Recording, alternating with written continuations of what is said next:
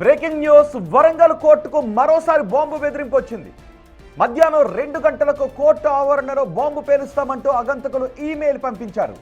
దీంతో అప్రమత్తమైన పోలీసులు కోర్టు కార్యకలాపాలను నిలిపివేసి ప్రాంగణాన్ని తమ ఆధీనంలోకి తీసుకున్నారు. కోర్టులో ఉన్న న్యాయమూర్తులు, కక్షిదారులు, న్యాయవాదులను బయటకు పంపించేశారు. Dog squad, bomb disposable squad court ఆవరణను క్షుణ్ణంగా తనిఖీ చేస్తున్నాయి. వరంగల్ కోర్టుకు ఇలాంటి బెదిరింపు రావడం ఇది మొదటిసారి కాదు. గత నెల 26వ తారీఖున ఇలాంటి బాంబు పెట్టినట్లుగా ఈమెయిల్ రావడంతో అప్పుడు తనిఖీలు చేశారు. అయితే అది ఫేక్ ఈమెయిల్ అని పోలీసులు తేల్చారు. మరోసారి అదే తరహాలో ఈ బెదిరింపులు రావడంతో పోలీసులు దీనిని సీరియస్గా తీసుకున్నారు. అలాగే హైదరాబాద్లో కూడా కొన్ని న్యాయస్థానాలకు ఇలాంటి బాంబు బెదిరింపులు వచ్చాయి. వరంగల్ కోర్టుకి రెండోసారి బాంబు బెదిరింపులు వచ్చాయి. బాంబు డిస్పోజబుల్ స్క్వాడ్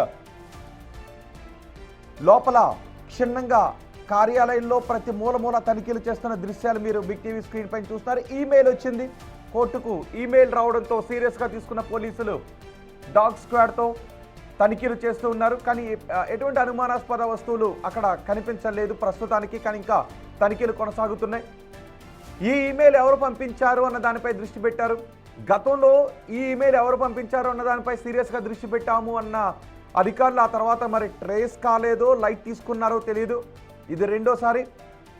మరి గతంలో పంపించిన వ్యక్తే దీన్ని కూడా పంపించాడా, లేదు ఈరోజు ఏదైనా ఒక ఇంపార్టెంట్ కేసు ఏదైనా పెండింగ్లో ఉందా, ఈరోజు తేదీ వాయిదా ఉందా, దాన్ని తప్పించుకోవటానికి ఆ కేసులో కక్షిదారుగా ఉన్న వ్యక్తి ఎవరైనా, పార్టీగా ఉన్న వ్యక్తి ఎవరైనా ఇలాంటి ఈమెయిల్ పంపించాడా, ఈ విషయంపై కూడా పోలీసులు ఆరా తీస్తున్నారు.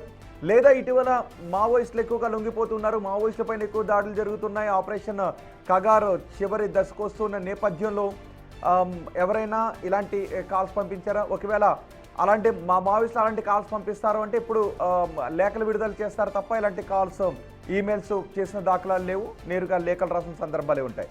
మరి ఇది పంపించింది ఎవరు? నిజంగానే ఏదైనా ప్లాన్ చేస్తున్నారా, రెక్కీ చేస్తున్నారా?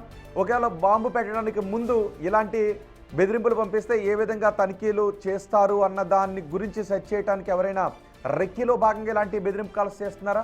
కోర్టులో కేసు ఉన్నటువంటి పార్టీలో వ్యక్తి ఎవరైనా ఇలాంటి మెయిల్స్ పంపించాడా అన్న దానిపై కూడా ఆరా తీస్తున్నారు. కానీ ఇది రెండోసారి రావడంతో ఎందుకు పదే న్యాయస్థానాలకు ఇలాంటి బాంబు బెదిరింపు కాల్స్ వస్తున్నాయి అనే విషయంపై ఆరా తీస్తున్నారు. ఇంతవరకు ఎటువంటి అనుమానాస్పద వస్తువు కానీ, పేలుడు పదార్థాలు కానీ దొరకలేదు. ఆ ఈమెయిల్ ఎక్కడి నుంచి వచ్చింది అన్న దానిపై ప్రస్తుతం ఆరా తీస్తున్నారు. గతంలో వచ్చిన ఈమెయిల్స్ విషయంలో ఇంతకుముందు ఎయిర్పోర్ట్లకు ఇలాంటి ఈమెయిల్స్ వచ్చాయి, పోలీస్ స్టేషన్స్కి వచ్చాయి, ఇప్పుడు న్యాయస్థానాలకు వస్తూ ఉన్నాయి. సో ఒకవేళ ఇలా బెదిరింపులు వచ్చిన తర్వాత నెక్స్ట్ టైం బెదిరింపులకు పెద్దగా పట్టించుకోకపోతే అప్పుడు ఏదైనా ఘాతుకానికి పాల్పడదామన్న ఉద్దేశంలో ఇలాంటి ట్రయల్స్ చేస్తూ ఉన్నారనే విషయం పైన ఆరా తీస్తూ ఉన్నారు.